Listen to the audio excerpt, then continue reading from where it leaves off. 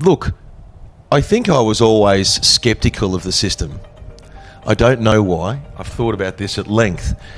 It just seemed to me the system had a lot of flaws. We went to school and I know a lot of people that, didn't practice their degree. They didn't go into a profession. They seemed to waste 4 years at uni. A lot of the people that I looked up to were not academically educated. They just weren't. They were streetwise. They were entrepreneurs. And that seemed to be attractive to me. So I was always suspicious and second-guessing the system. And I think with that, I did happen to read some material one day, and it really blew me away. It sort of played into the notion of, the system is completely flawed. The system is at fault.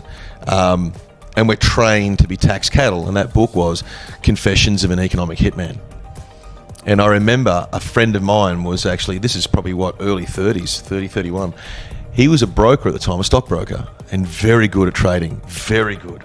I mean, I don't know that particularly well, but he was talented, and I remember being sort of 30, 31, he was 2 years older than me.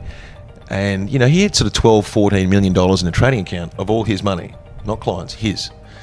And that struck me as odd, that he was so far ahead of the curve. He was so well versed in markets and so knowledgeable. And he sort of mentioned this book to me, and I was absolutely enthralled. I think I'd finished 2 books in my life to that point, and I could not put that thing down.